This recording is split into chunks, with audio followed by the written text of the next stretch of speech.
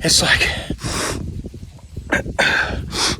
2.5 miles out of this place. It's rough, man. And I just wonder what in the world I'm looking at here. What is this thing? It's monstrous. It's like a moose, and it's a whitetail in North Alabama. Oh my goodness. It's November 9th. Finally here. The first day 2 of the big bucks I found last year daylighted. One of the big, I call him the Big 10 just because he's a Big 10. He's actually like an 11 or 12 pointer, but he just got a 10-point mainframe, crab claws at the end. He showed up on the 9th at 6:28 a.m. Last year, the weather was a little bit different. The low was 52. As you can see right here, it was 60 degrees when I left the house 30 minutes ago. There's a big front coming through. The temperature is supposed to drop to 53 degrees before daylight.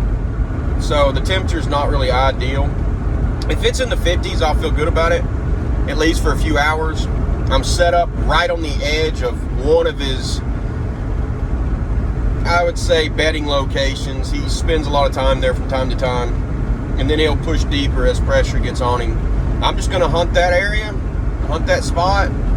I hung my stand yesterday and hope something good happens. Hope he shows up and makes a mistake again. We got a big cold front coming through this weekend. I'm not gonna lay off this deer until he's either gone or dead.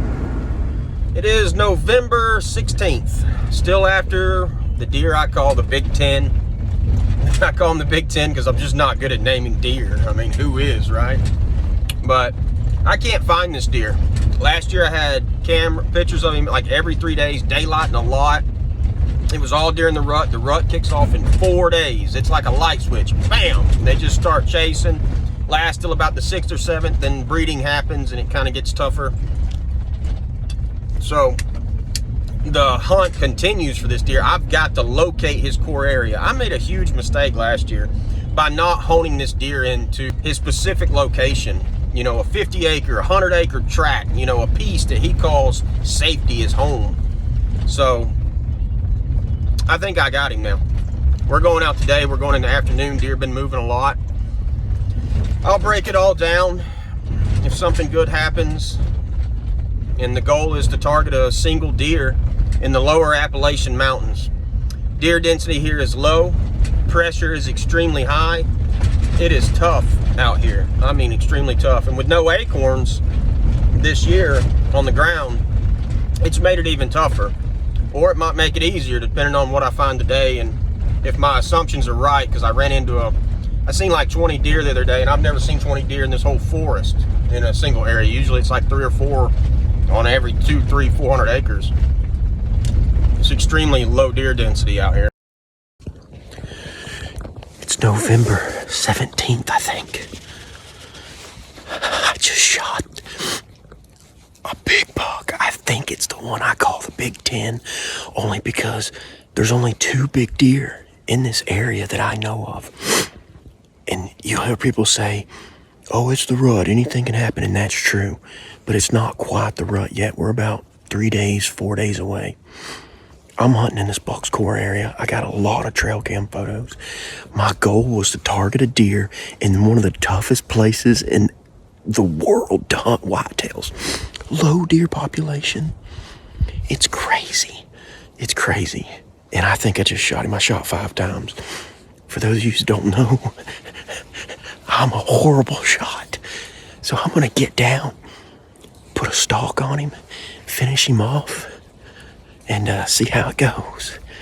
Oh, I'm shaking. Yeah, I did it, man. I targeted a buck, and I did it. Here he is, boys.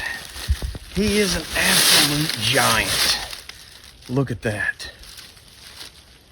Not sure if y'all can see him. Oh my God, what a buck. What a buck. I mean massive. There's that kicker he had last season, the same Kirk in his brow tine. These are little crab claws. He tried to crab claw again, but he did grow this, so that's super cool right there. That is a buck of a lifetime. I tracked him down, pegged him, I mean wide. Look at that. Big mass on him, I mean big old horns. He's a giant. Massive. I love it. Gotcha.